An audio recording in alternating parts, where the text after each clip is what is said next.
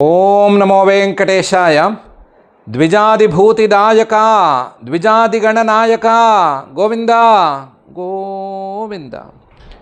జగద్విభూతి ప్రభవాప్యయాదయ భవంతి యస్మాద్ ఘనచేతనాత్ పరాత్ జగత్స్థిరత్వాభినివేశమాదరాత్ వ్యపోహతు ప్రాంజలినామయార్థితః అని అఖిలాండకోటి బ్రహ్మాండ నాయకుడు దేవదేవుడు శ్రీ వెంకటేశ్వర స్వామి వారిని భక్తిగా ప్రార్థించుకుంటూ శ్రీశుకుల వారు ఉపదేశం చేసిన శ్రీమద్భాగవతం యొక్క అధ్యయన కార్యక్రమాన్ని మనం ప్రారంభించుకుందాము. ప్రారంభంలో యథాప్రకారం ప్రార్థనా శ్లోకాలను చదువుకుని శుభారంభం చేసుకుందాము. శ్రీ గురు ప్రార్థనా. గురుర్బ్రహ్మా గురుర్విష్ణు గురుర్దేవో మహేశ్వరః గురుః సాక్షాత్ పరం బ్రహ్మ తస్మై శ్రీ గురవే నమః. శ్రీనివాస ప్రార్థనా. పద్మోద్భవాదివంద్యాయ పద్మమాలా ప్రియాయ చ పద్మనాభాయ దేవాయ శ్రీనివాసాయ తే నమః. అథ సంకల్పః అస్మాకం ఉపాత్త సమస్త దురిత క్షయ ద్వారా శ్రీ పరమేశ్వర ప్రీత్యర్థం బుద్ధిశుద్ధ్యర్థం విద్యాభివృద్ధ్యర్థం భక్తి జ్ఞాన వైరాగ్యాది తదనుకూల సర్వసంపత్ సమృద్ధ్యర్థం శ్రీ పరమేశ్వర ప్రీత్యర్థం శ్రీమద్భాగవత పాఠం కరిష్యామహే. అస్య శ్రీమద్భాగవత స్తోత్ర మహామంత్రస్య నారద ఋషిః బృహతీ ఛందః శ్రీకృష్ణః పరమాత్మా దేవతా బ్రహ్మ బీజం భక్తిశక్తిః జ్ఞానవైరాగ్యే కీలకం అస్మాకం శ్రీమద్భగవత్ ప్రసాద సిద్ధ్యర్థే పాఠే వినియోగః. ధ్యానం నారాయణస్య గుణగాన విధోపయుక్తం వ్యాసప్రసూతశుకగుంఫితవర్ణయుక్తం రాగాపహానమపి భావరసేన సిక్తం గీతం సమాలపత భాగవతం ప్రయుక్తం. శ్రీ గురుభ్యో నమః. హిరణ్యకశిపువు మందర పర్వతానికి వెళ్ళి అక్కడ ఘోరమైన తపస్సు ప్రారంభించాడు. అతని తపస్సు తాలూకు వేడికి దేవలోకమంతా మాడి మలమల అయిపోయింది. దేవతలు ఆ వేడిని తట్టుకోలేక బ్రహ్మగారి దగ్గరికి వెళ్ళారు. వెళ్ళి హిరణ్యకశిపువు తపస్సు చేస్తున్నాడండి, వాడు మీ స్థానానికే ఎసరు పెట్టాడండి, మీరు రాసినటువంటి శాసనాన్ని దాటవేద్దాము, మీరు రాసిన శాసనాన్ని మార్చేద్దామనే చూస్తున్నాడండి, మీరు వెళ్ళాలి, చూడాలి, దానికి ఒక పరిష్కారం చూడాలి, మా వేడి మీ స్థానం ఈ రెండు వీటి సంగతి చూసుకోవాలండి అని మొరపెట్టుకున్నారు. బ్రహ్మగారు భృగువు దక్షుడు మొదలైన వాళ్ళందరినీ తోడుకొని హిరణ్యకశిపువు దగ్గరికి వెళ్ళాడు. హిరణ్యకశిపువు దగ్గరికి వెళ్తే అక్కడ పరిస్థితి చాలా భయంకరంగా ఉంది. నదదర్శ ప్రతిచ్ఛన్నం వల్మీక తృణకీచకై పిపీలికాభిరాచీర్ణం మేధస్త్వం మాంస శోణితం. అక్కడ పరిస్థితి అది. అక్కడ హిరణ్యకశిపువు అనేవాడు కనిపించలేదు. నదదర్శ హిరణ్యకశిపువు గారిని బ్రహ్మగారు చూడలేకపోయారు. కనిపించలేదు. ఎందుకంటే అక్కడ ఏముంది అంటే వల్మీక పుట్టలున్నాయి. వల్మీక తృణ ఆ పుట్టల చుట్టూ గడ్డి దుబ్బలు మొలిచి ఉన్నాయి. చాలా వందల ఏళ్ల పాటు చేశాడో ఏమో పెద్ద పెద్ద వెదురు పొదలున్నాయి. వల్మీక తృణ కీచకై. అందులోనే వెదురు పొదలు మామూలు వెదురు పొదలు కాదు, పెద్ద పెద్ద వెదురు పొదలు. ఆ వెదురు పొదలు దుంగలుగా మారిపోయి ఆ దుంగల్లో మధ్యలో ఖాళీ ఏర్పడి ఆ ఖాళీల్లో చిన్న చిన్న సందులు ఏర్పడి ఎప్పుడైనా గాలి గనక వస్తే ఆ గాలి అందులోకి ప్రసరించి ఫ్లూటు టైపు సౌండ్స్ కూడా చేస్తున్నాయి. అలాంటి వెదురు పొదలు నిండి ఉన్నాయి. అవే కనిపిస్తున్నాయి. ఒక పెద్ద పుట్ట, ఆ పుట్ట చుట్టూ గడ్డి దుబ్బలు, వెదురు దుబ్బలు ఇవే కనిపిస్తున్నాయి. ఈ లోపల వెతికి చూడగా ఇంతకుముందు ఇక్కడ శరీరం ఉండేది అన్నట్లుగా ఆనవాళ్ళు కనిపించినాయి. జాగ్రత్తగా చూస్తే ఒక శరీరం ఇంతకుముందు అక్కడ ఉండేది అని అనిపిస్తోంది.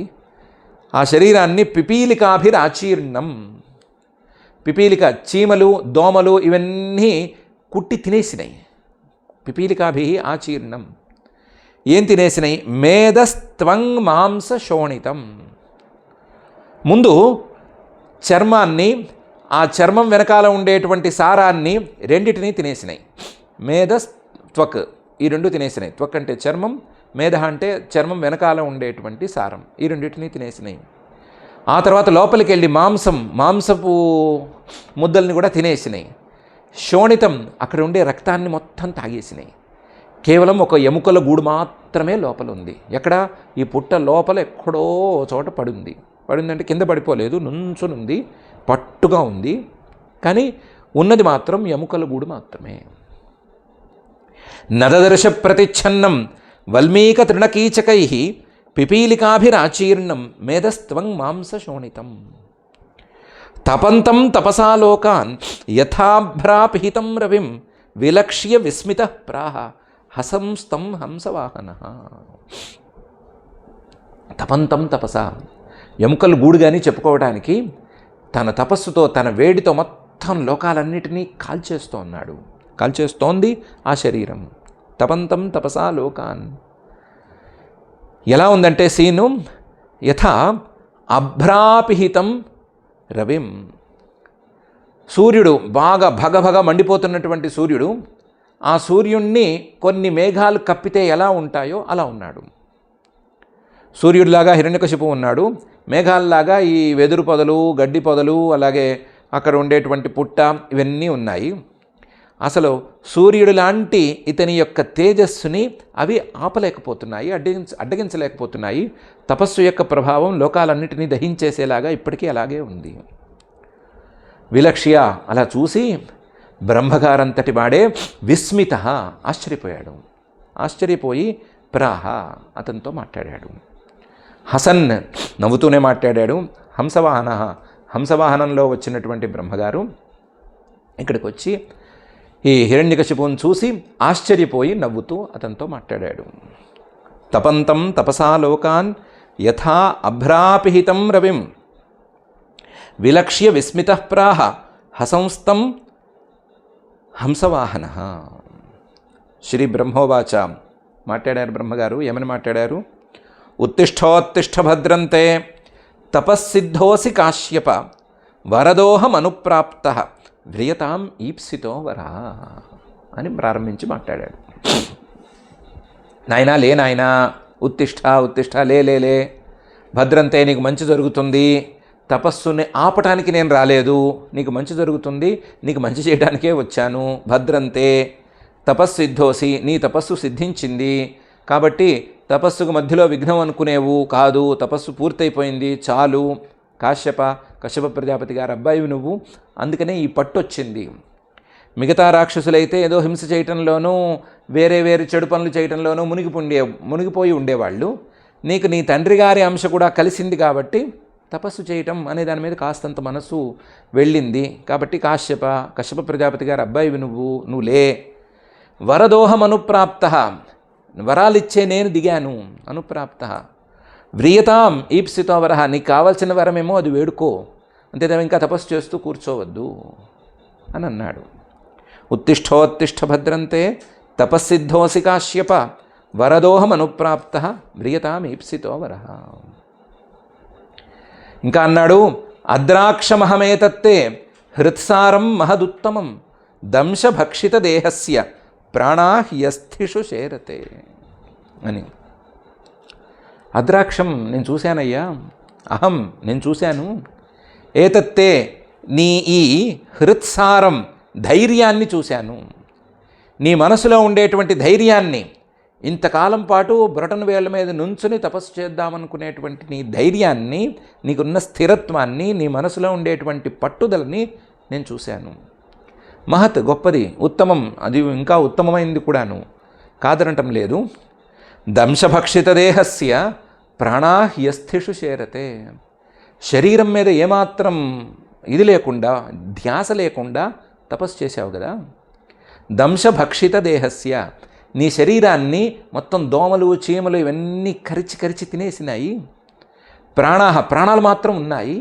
ఎక్కడున్నాయి? అస్థిషు శేరతే, అస్థుల్లో ఎముకల్లో మిగిలి ఉన్నాయి. ఎముకలు గూడులా నువ్వు ఉన్నావు, ప్రాణాలు ఉన్నాయి, ఎముకలు ఉన్నాయి, అంతేను. మిగతా ఏవీ లేవు, అన్నీ తినేసినాయి. ఏవో శరీరం పనిచేయడానికి కావాల్సిన మిగతా అవయవాలు ఉంటే ఉండొచ్చు, కానీ అస్థులు తప్ప, ఎముకలు తప్ప, బొమికలు తప్ప ఏమీ కనిపించటం లేదు. అంతవరకు నువ్వు తపస్సు చేశావు. అద్రాక్షమహమేతత్తే హృత్సారం మహదుత్తమం దంశభక్షిత దేహస్య ప్రాణా హ్యస్థిషు శేరతే నైతత్పూర్వర్షయశ్చక్రు న కరిష్యంతి చాపరే నిరంబుర్ధారయేత్ ప్రాణాన్ కోవై దివ్య సమాశ్యతం అని కూడా అన్నారు. ఇలాంటి తపస్సుని నైతత్ పూర్వర్షయ చక్రు, పూర్వకాలంలోని ఋషులు కూడా ఇంత తపస్సు చేయలేదు. ఇలాంటి తపస్సును వాళ్ళు కూడా చేయలేదు. నా కరిష్యంతి చాపరే, రాబోయే కాలంలో కూడా ఇంత తపస్సు చేస్తారని అనుకోను. వాళ్ళు కూడా చేయలేరు, రాబోయే కాలం వాళ్ళు చేయలేరు. ఇంకా రాబోయే కాలంలో, చివరి కాలంలో ఉండేటువంటి వాళ్ళు మహాబద్ధకస్తులు, అసలు తపస్సు లాంటి వాటి జోలికి పోనే పోరు, హాయి కూర్చుని కాలక్షేపం చేస్తూ ఉంటారు. వాళ్ళ గురించి కాకపోయినా రాబోయే కాలంలో వచ్చే మహర్షులు కూడా ఇంత తపస్సు చేయలేరు. ఎందుకంటే నిరంబుర్ధారయేత్ ప్రాణాన్, కనీసం మంచినీళ్ళు కూడా తాగకుండా ప్రాణాలను అట్టిపెట్టుకున్నావు కదా. ప్రాణాలు పోకుండా మంచినీళ్ళు కూడా తాగకుండా అట్టిపెట్టుకున్నావంటే గొప్ప. మంచినీళ్ళు తాగకుండా మహా అయితే ప్రాణాలు ఎన్ని రోజులు ఉంటాయి? వారం అంటారు కొంతమంది, 15 రోజులు అంటారు కొంతమంది. ఏమైనా సరే వారం 15 రోజులైతే మించదు. అలాంటిది కోవై దివ్య సమాశ్యతం, 100 ఏళ్ల పాటు చేశావు కదయ్యా. 100 ఏళ్ల పాటు దివ్య దేవతల కాలమానంలో 100 ఏళ్ల పాటు కూడా చేశావు కదయ్యా ఇంత తపస్సు. ఒకవైపు మంచినీళ్ళు పుచ్చుకోలేదు, మరొకవైపు ప్రాణాలను పోనివ్వలేదు, తపస్సు ఆపలేదు, నియమాన్ని సడలించలేదు. ఇలాంటి తపస్సు ఇంతకుముందు ఎవరు చేసిలేరు, ఇక మీద కూడా చేస్తారని నేను అనుకోను అని బ్రహ్మగారింతటి వాడే అన్నాడు. నైతత్పూర్వర్షయశ్చక్రు న కరిష్యంతి చాపరే నిరంబుర్ధారయేత్ ప్రాణాన్ కోవై దివ్య సమాశ్యతం వ్యవసాయేన తేనేన దుష్కరేణ మనస్వినాం తపోనిష్ఠేన భవత జితోహం దితినందన అని కూడా అన్నాడు. వ్యవసాయేన తే అనేన జిత, నువ్వు చేసిన ఈ ప్రయత్నం నన్ను గెలుచుకుంది, నా మనసును గెలుచుకుంది, నన్ను ఇక్కడికి రప్పించేసింది. వ్యవసాయేన తే అనేన జిత, నువ్వు చేసిన ప్రయత్నం చిన్న ప్రయత్నమేం కాదు. దుష్కరేణ మనస్వినాం చాలా పట్టుదల ఉన్నవాళ్ళు, చాలా ఆలోచన ఉన్నవాళ్ళు, వాళ్ళు కూడా కష్టపడితే తప్ప చేయలేరు. వాళ్ళకి కూడా కష్టమైనటువంటి వ్యవసాయం ఇది. వ్యవసాయతే అనేన జిత దుష్కరేణ మనస్వినాం. అంతేకాదు తపోనిష్ఠేన భవత, నీ తపోనిష్ఠతో ఉండేటువంటి నువ్వు, ఈ రెండూ నాకు నచ్చినాయి. కాబట్టి భవతా అహం జిత, నువ్వు నన్ను గెలుచుకున్నావు. అహం ఓ హిరణ్యకశిపు, నేను బ్రహ్మగారిని కదా. నన్ను గెలుచుకోవటం అనేది సులభమైన పని కాదు. నన్ను మెప్పించటం, తపస్సు చేసి నన్ను మెప్పించటం అంటే సులభమైన పని కాదు. దితినందన, దితిగారు మీ తల్లిగారు చాలా పట్టుదల కలిగింది అని లోకంలో ప్రసిద్ధి ఉంది. ఆవిడ లక్షణాలే నీకు వచ్చినాయి. ఈ పట్టుగా ఉండటము, ఓ మాట అనుకుంటే దాన్ని సాధించేంత వరకు వెనకాడకుండా ఉండటం అనే లక్షణాలు అక్కడి నుంచి వచ్చినాయి నీకు. అందువల్ల నువ్వు ఆ పట్టుదలనే ప్రదర్శించావు, తపస్సు చేశావు, నన్ను గెలుచుకున్నావు, నేను ఇక్కడికి వచ్చాను. వ్యవసాయేన తేనేన దుష్కరేణ మనస్వినాం తపోనిష్ఠేన భవతా జితోహం దితినందన తతస్థ ఆశిషస్సర్వాః దదామ్యసురపుంగవ మర్త్యస్య తే హ్యమర్త్యస్య దర్శనం నా ఫలం మమ అని అన్నారు బ్రహ్మగారు.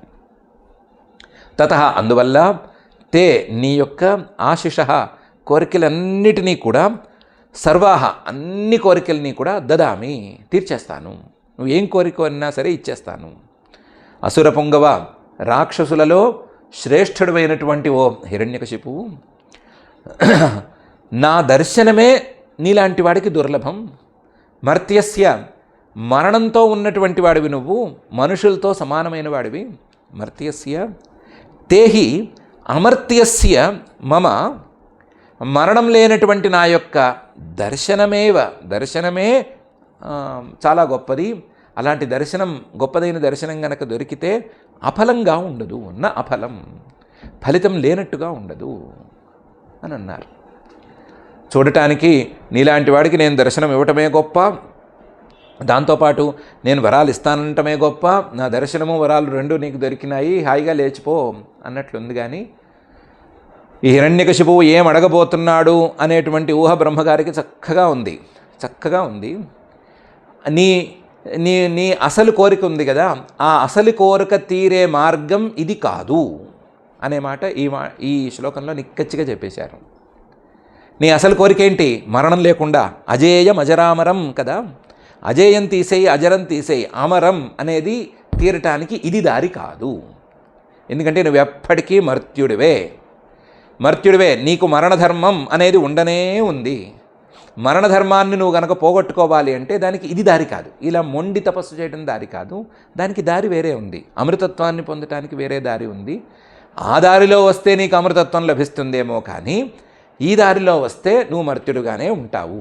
ఎంత చేసినా సరే, ఎంత సుదీర్ఘకాలం పాటు బతికినా సరే నువ్వు మర్త్యుడివే తప్ప అమర్త్యుడివి కాలేవు. మరణం లేని పరిస్థితి నీకు ఈ తపస్సు వల్ల రాదు అని నిక్కచ్చిగా తేల్చి చెప్పేశారు. లేకపోతే ఈ మాట అనేది ఇక్కడ అనవసరం. మర్త్యస్య తే హ్యమర్త్యస్య దర్శనం నా ఫలం మమ అనేటువంటి మాట. ఈ మాట చెప్పి పైన ఏం చేశారు అనే మాటని శ్రీ నారద ఉవాచ, నారద మహర్షి గారు చెప్తున్నారు.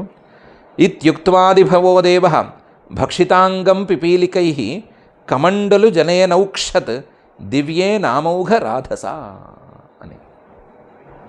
ఇత్యుక్త్వా ఈ రకంగా చెప్పి, ఆదిభవ ఆదిలో పుట్టినటువంటి ఆ బ్రహ్మగారు, ఎప్పుడో సృష్టికి ముందు పుట్టినటువంటి బ్రహ్మగారు, దేవ పరమ జ్ఞానం కలిగినటువంటి బ్రహ్మగారు, భక్షితాంగం పిపీలికై,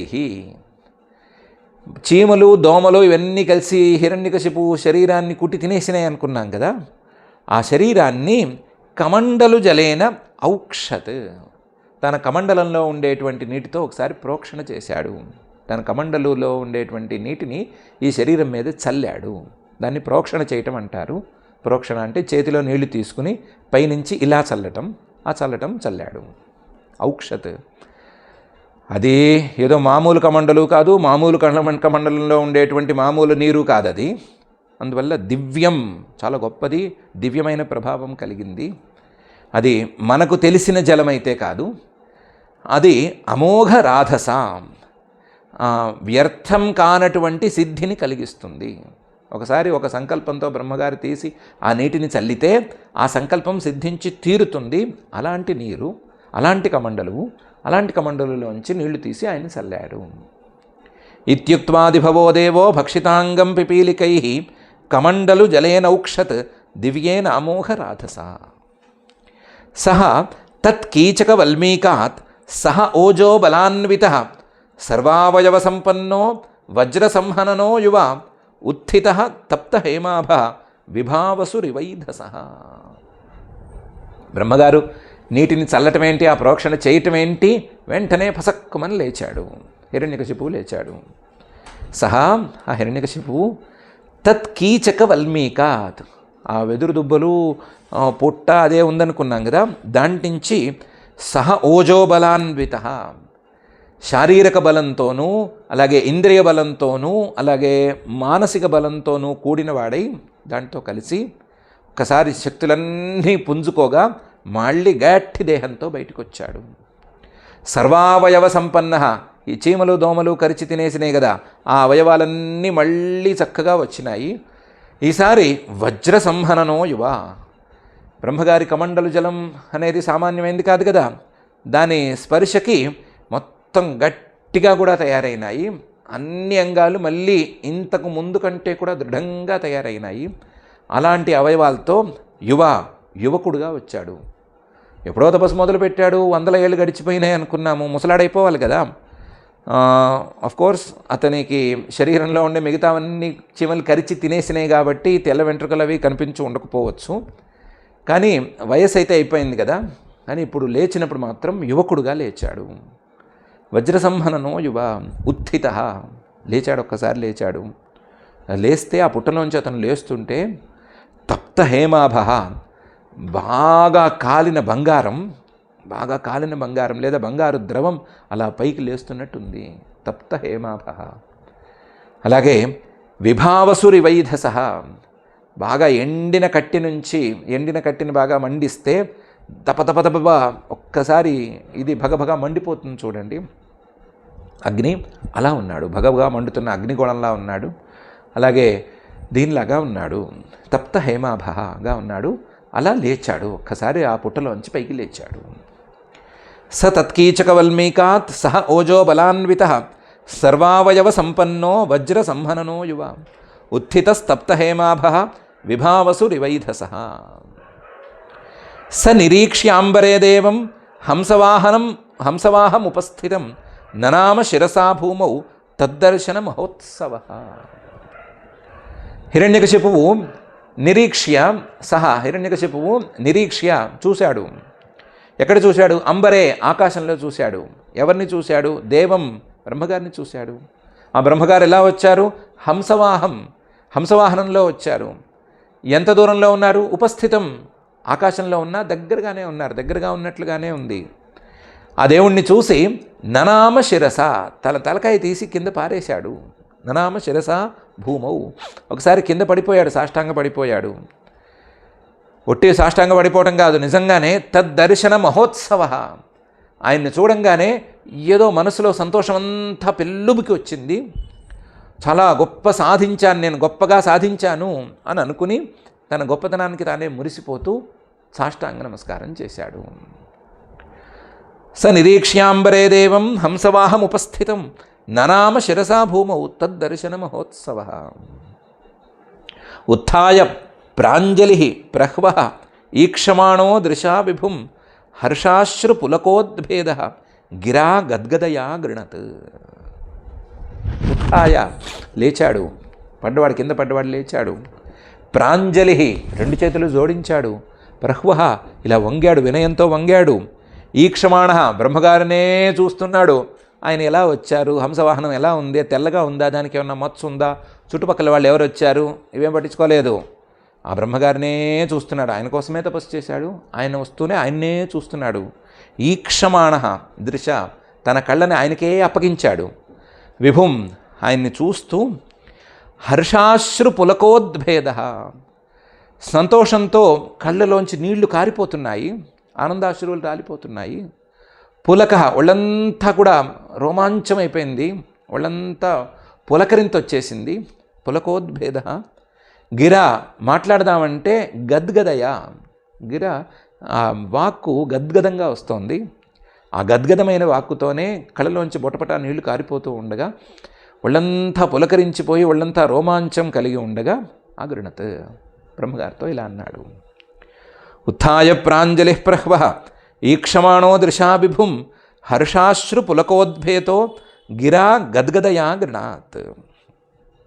హిరణ్యకశిపురువాచ కల్పాంతే కాలపృష్ఠేన కాలసృష్టేన యోంధేన తమసావృతం అభివ్యనగ్ జగదిదం స్వయం జ్యోతి స్వరోచుషా అని అన్నాడు. అయ్యా, నువ్వు నా ఎదురుకుండా వచ్చావు, నువ్వేం చిన్నవాడివి కావు. నువ్వు ఎలాంటి వాడివి?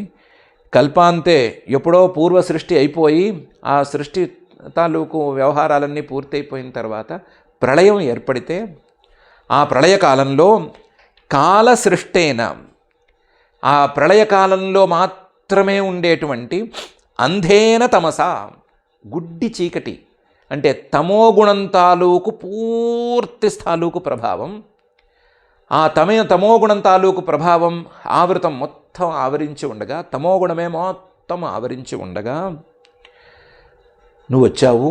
అప్పుడు వచ్చావు నువ్వు అభివ్యనక్ జగదిదం, నువ్వే ఇప్పుడు మనకు కనిపిస్తున్నటువంటి ఈ సృష్టిని మొత్తం అభివ్యక్తం చేశావు. ఈ సృష్టిని చేసి ఆ సృష్టి కనబడేటట్లు చేశావు. ఆ కనబడేటట్లు చేయటానికి కావలసినటువంటి స్వయం జ్యోతి, స్వప్రకాశం అనేది నీ యొక్క స్వరూపం. నీ యొక్క స్వరోచిష, ఆ స్వప్రకాశ చైతన్య భాసతోనే మొత్తం ఈ సృష్టిని మొత్తం కనబడేటట్లు చేశావు. అలాంటి మహానుభావుడివి నువ్వు అని పొగిడాడు. కల్పాంతే కాలసృష్టేన యోంధేన తమసావృతం అభివ్యనగ్ జగదిదం స్వయం జ్యోతిస్వరోచుష అని. ఈ శ్లోకంలో బ్రహ్మగారు స్వప్రకాశ చైతన్యమూర్తి అని, దాంతోపాటుగా తన యొక్క ప్రకాశంతో అన్నిటికీ వెలుగును అందిస్తాడు అని రెండు ధర్మాలని, స్వప్రకాశత్వం అలాగే పరప్రకాశకత్వం అనే రెండు ధర్మాలను గురించి హిరణ్యకశిపువు చెప్పాడు. చెప్పి పై శ్లోకంలో ఆత్మనా త్రివృతాఛేదం సృజత్యవతి లుంపతి రజస్సత్వ తమోధామ్నే పరాయ మహతే నమః అని బ్రహ్మగారికి నమస్కారం చేసుకున్నాడు.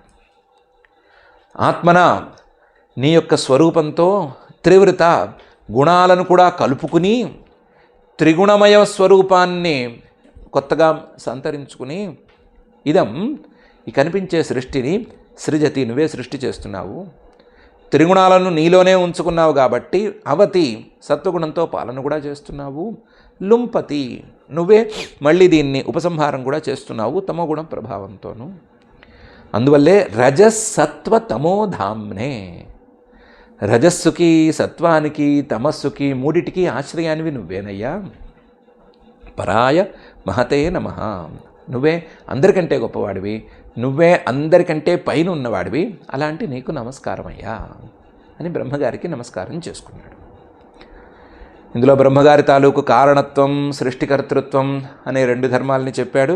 అలాగే మహత్వం పరమోత్కృష్టత్వం అనేటువంటి ధర్మాలను గురించి కూడా ప్రస్తావన చేశాడు. బ్రహ్మగారి మీద ప్రస్తావన చేశాడు, కానీ బ్రహ్మగారినే ఇలా అనటంలో ఒక చిన్నపాటి అభిప్రాయం కూడా ఉంది. ఈ ధర్మాలన్నీ నీకే చెందుతాయి, ఆ శ్రీమన్మహావిష్ణువుకు చెందవు అనే అభిప్రాయం కూడా ఏదో లేశమాత్రంగానైనా ఉంది, మనసులో ఉంది. నువ్వే గొప్పవాడివి, నువ్వే అందరికంటే గొప్ప, మిగతా వాళ్ళు గొప్ప అనే మాట ఊరికనే పై మాట అన్నట్లుగా కూడా ఉంది. ఈయన మీద భక్తి ఉంది, లేదని కాదు, కానీ విద్వేషం అనేది కూడా పనిచేస్తోంది అనేది తెలుస్తోంది. ఇది ఆ బ్యాచ్, అంటే పక్క దేవుణ్ణి తిడితే తప్ప ఈ దేవుణ్ణి పొగిడినట్టు కాదు అని అనుకునే బ్యాచ్ ఉంది కదా, అలాంటి బ్యాచ్కి మూల పురుషుడు కాబట్టి ఆ అభిప్రాయంతో అన్నాడు. ఆత్మనా త్రివృతాఛేదం సృజత్యవతి లుంపతి రజస్సత్వ తమోధామ్నే పరాయ మహతే నమః అని. దీన్నే నమ ఆద్యాయ బీజాయ జ్ఞాన విజ్ఞానమూర్తయే ప్రాణేంద్రియ మనోబుద్ధి వికాసైర్వ్యక్తిమీయుషే అని ఇంకొక నమస్కార శ్లోకంలో చెప్పాడు. నమః ఆద్యాయ ఈ సృష్టి మొత్తానికి కారణమైనటువంటి నీకు నమస్కారం అయ్యా. బీజాయ అందులోనూ ఈ సృష్టి మొత్తానికి విత్తనంలాగా పనిచేసేటువంటి, అంటే అభిన్న నిమిత్తోపాదానంగా పనిచేసేటువంటి నీకు నమస్కారము. జ్ఞాన విజ్ఞానమూర్తయే ఈ సృష్టి తాలూకు జ్ఞానస్వరూపంలా ఉండేటువంటి నీకు నమస్కారము. ఈ సృష్టి తాలూకు విషయ జ్ఞానంగా ఉండేటువంటి నీకు నమస్కారము. జ్ఞానం విజ్ఞానం ఈ రెండూ నీ యొక్క మూర్తులు. జ్ఞానం అనేది స్వప్రకాశ చైతన్యమూర్తిగా నీకున్నటువంటి రూపం, విజ్ఞానం అనేది పరప్రకాశకంగా ఉండేటువంటి నీ యొక్క మరొక రూపం. అలాంటి నీకు నమస్కారము. అదే సమయంలో ప్రాణ ఇంద్రియ మనోబుద్ధి వికారై వ్యక్తిమీయుషే, ప్రాణాలు పంచప్రాణాలు, ఇంద్రియాలు పంచ జ్ఞానేంద్రియాలు, పంచకర్మేంద్రియాలు అనేటువంటి ఇంద్రియాలు, మనస్సు బుద్ధి వీటి యొక్క వికారై వీటి యొక్క మార్పుల ద్వారా వ్యక్తిమీయుషే నువ్వే అభివ్యక్తమవుతున్నావు. ఈ సృష్టికర్తమైనటువంటి నువ్వే అభివ్యక్తమవుతున్నావు. అలా అభివ్యక్తమవుతున్నటువంటి నీకు నమస్కారమయ్యా అని మరొకసారి నమస్కారం చేసుకున్నాడు. నమ ఆద్యాయ బీజాయ జ్ఞాన విజ్ఞానమూర్తయే ప్రాణేంద్రియ మనోబుద్ధి వికారైర్వ్యక్తిమీయుషే అనేటువంటి ఈ శ్లోకంలో దాన్నే అన్నాడు. త్వమీశిషే జగతస్తస్థుషశ్చ ప్రాణేన ముఖ్యేన పతిః ప్రజానాం చిత్తస్య చిత్తైర్మన ఇంద్రియాణం పతిర్మహాన్ భూతగుణాశయేషః అనే పై శ్లోకంలో, ఓ బ్రహ్మ, త్వం నీవు జగతః తస్థుషశ్చ ఈశిషే ఈ సృష్టిలోని కదిలే వాటిని కదలని వాటిని రెండిటిని కూడా నియంత్రిస్తున్నావు. జగతః తస్థుషశ్చ ఈశిషే ఎలా నియంత్రిస్తున్నావు?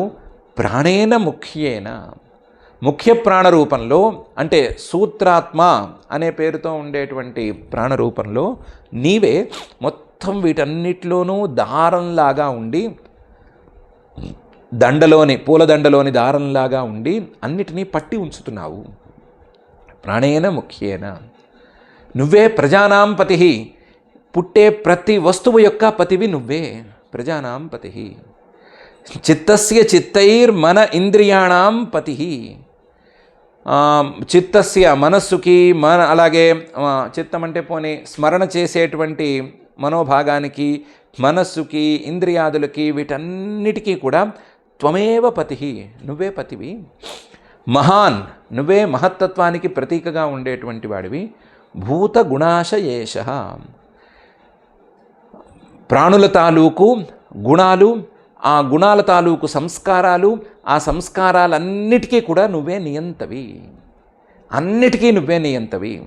ప్రాణులు, వాళ్ళ తాలూకు సంస్కారాలు, అన్నిటికీ కూడా మహత్తత్వం దాకా ఉండేటువంటి తత్వాలన్నిటికీ కూడా నువ్వే నియంతవిగా పనిచేస్తున్నావయ్యా అని. త్వమేషిషే జగతస్తస్థుషశ్చ ప్రాణేన ముఖ్యేన పతి ప్రజానాం, చిత్తస్య చిత్తైర్మన ఇంద్రియాణం పతిర్మహాన్ భూతగుణాశయేష అని స్తుతి చేశాడు. ఇంకా కూడా చాలా స్తుతివాక్యాలు పలికాడు. తర్వాత చివరికి వరం ఏంటో చెప్పాడు. తర్వాత పైన జరగవలసిందేదో దాని మానాన జరుగుతుంది. మనం అతి ముఖ్యంగా గుర్తుపెట్టుకోవలసినటువంటి ఒక అంశం ఈరోజు మనకి మాటల మధ్యలో దొర్లుకుంటూ వచ్చింది. అది బ్రహ్మగారు చెప్పినటువంటి మర్త్యామర్త్య వివేకం అనేటువంటి మాట. బ్రహ్మగారు ఏమన్నారు? నువ్వెప్పటికీ మర్త్యుడివే, నువ్వెప్పటికీ మరణించేవాడివే. మరణించేవాడు ఎందుకయ్యావు? ఆయనకు తెలీదా ఆత్మస్వరూపానికి మరణం లేదు అని? ఆత్మస్వరూపానికి మరణం లేదు, కానీ నీలో ఆ ఆత్మస్వరూపం వైపు వెళ్ళేటువంటి ఛాయలు కనిపించటం లేదు. నీకు ఇంకా దేహాభిమానమే ఉంది. ఆ దేహాభిమానంతోనే దేహాన్నే ఇబ్బంది పెట్టి తపస్సు చేస్తున్నావు. ఇంతే తేడా. దేహాభిమానమే ఉంది. ఈ దేహంతో కలిసినటువంటి నువ్వే మొత్తం అందరిపైన ఉండాలి అనేటువంటి అభిప్రాయం నీకుంది. అందువల్ల ఈ దేహానికి మరణం రాకుండా ఉండాలి అని తపస్సు చేస్తున్నావు. విషయం తెలిసినా సరే, ఆత్మకి మరణం లేదు, దేహానికి మరణం ఉంది అని తెలిసినా సరే, ఒకవేళ దేహానికి మరణం వచ్చినా పర్వాలేదు అని అనుకుని కూడా దేహానికి మరణం లేకుండా ఉండాలి అని తపస్సు చేస్తున్నావు. ఈ అభిప్రాయంలో ఉంటే, ఈ దేహాభిమానం అనేది పోకుండా ఉంటే నీకు మరణం తథ్యం. దాన్ని నువ్వు దాటలేవు. మరణం అనే దాన్ని దాటాలి అంటే ఒకే ఒక దారి. ఏంటిది? తమేవ విదిత్వా అతిమృత్యమేతి నాణ్య పంథా విద్యతే అయనాయ అనే దారి. ఆ పరమాత్మను తెలుసుకోవటం ద్వారా మాత్రమే అమృతత్వాన్ని పొందగలరు. వేరే దారి లేదు. మిగతా దారులన్నీ ఆయుష్ను పెంచితే పెంచవచ్చు, కాలాన్ని పెంచితే పెంచవచ్చు, అంతే తప్ప అమృతత్వాన్ని ఇవ్వలేవు. ఒకవేళ అమృతత్వాన్ని ఇంకొక దారి ద్వారా సాధించవచ్చు అని అనుకున్నావంటే నువ్వు ఇంకా భ్రమల్లోనే ఉండేటట్లు. ఆ భ్రమలు నీకు ఉంటే గనక ఆ భ్రమకు తగ్గట్లుగా నువ్వు మరణాన్ని పొందవలసి వచ్చేటట్లే అనేటువంటి మాట చాలా ముఖ్యమైన మాట. మనలాంటి వాళ్ళకు కూడా బాగా అమరేటువంటి మాట. మనకు కూడా ఆయుష్ ఎక్కువ ఉండాలనే ఆశ ఉంటుంది, తప్పులేదు అందులోనూ. కానీ అమృతత్వం అనేది మాత్రం ఆత్మతత్వజ్ఞానం ద్వారా మాత్రమే సాధ్యం. జ్ఞానం ద్వారా మాత్రమే అమృతత్వాన్ని సాధించుకోవాలి అని మనకు కూడా అందవలసినటువంటి మాట. ఈ మాటను చెప్పడానికే బ్రహ్మగారితో ఇన్ని డైలాగులు నారద మహర్షి గారు, వేదవ్యాస మహర్షి గారు పలికించాను. ఈ మాట సరిగ్గా చెబితే మనలాంటి వాళ్ళకి వినిపిస్తుంది, అర్థమవుతుంది, మనకు కూడా ఆ విషయం మీద అవగాహన పెరుగుతుంది అనే అభిప్రాయంతో చెప్పారు. కాబట్టి ఆ అభిప్రాయాన్ని బాగా మనసులో పెట్టుకుని మిగతా బ్రహ్మగారు మాట్లాడిన మాటల్లో ఉండేటువంటి ఆ నిగూఢ అభిప్రాయాలని వాటన్నిటిని కూడా దృష్టిలో పెట్టుకుని కేవలం పట్టుదలతోనో లేదా మొండితనంతోనో చేసే తపస్సుకు విలువెంత, లేదా సాత్వికంగా చేసేటువంటి తపస్సుకు విలువెంత, ఇలాంటి ఒక ఈక్వేషన్స్ అనుకుంటాం కదా, అలాంటివి కూడా చూసుకుని మనం పైన ఏం చేయాలో దాన్ని చేయాలని నిర్ణయించుకుందాం. ప్రాథమికంగానైతే అమృతత్వం అనేది, మరణం లేనటువంటి పరిస్థితి అనేది ఆత్మతత్వజ్ఞానంతో మాత్రమే సాధ్యం అనేటువంటి నిర్ణయానికి మనం వద్దాం. ఈ నిర్ణయాన్ని బాగా బలపరిచి ఆ దారిలో మనల్ని నడిపించవలసిందిగా ఆ అఖిలాండకోటి బ్రహ్మాండ నాయకుడు దేవదేవుడు శ్రీ వెంకటేశ్వర స్వామి వారిని భక్తిగా ప్రార్థించుకుందాం. ఆ ప్రార్థనతో ఈ రోజుకు పారాయణ కార్యక్రమాన్ని ప్రారంభించుకుందాం. అథ श्रीमद्भागवते पारमहंस्यां संहितायां सप्तमस्कन्धे तृतीयाध्याये श्लोकाः। न ददर्श प्रतिच्छन्नं वल्मीकतृणकीचकैः पिपीलिकाभिराचीर्णं मेदस्त्वं मांसशोणितं तपन्तं तपसा लोकान् यथा भ्रापिहितं रविं विलक्ष्य विस्मितः प्राह हसन्तं हसंस्तं हंसवाहनः।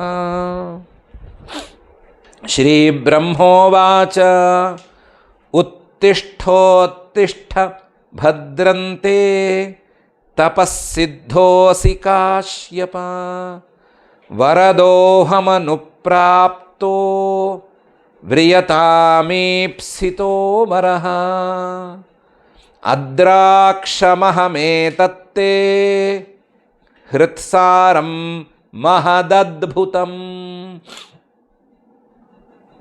हृत्सारं महदुत्तमम् दंशभक्षितदेहस्य प्राणाह्यस्थिषु शेरते नैतत्पूर्वर्षयश्चक्रुः न करिष्यन्ति चापरे निरम्बुर्धारयेत् प्राणान् को वै दिव्यसमाश्यतं व्यवसायेन तेनेन दुष्करेण मनस्विनां तपोनिष्ठेन भवता जितो हन्दिति नन्दन ततस्त आशिषः सर्वाः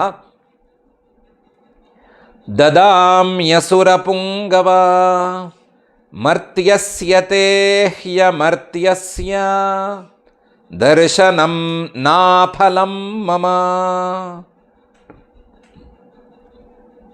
श्रीनारद उवाच इत्युक्त्वादिभवो देवो भक्षिताङ्गं पिपीलिकैः कमण्डलुजलेनौक्षत् दिव्येनामोघराधसा स तत्कीचकवल्मीकात् सह ओजोबलान्वितः सर्वावयवसम्पन्नो वज्रसंहननो युवा उत्थितस्तप्तहेमाभो विभावसुरिवैधसः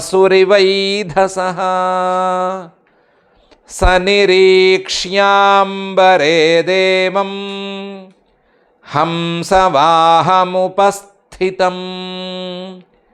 ननाम शिरसा भूमौ तद्दर्शनमहोत्सवः।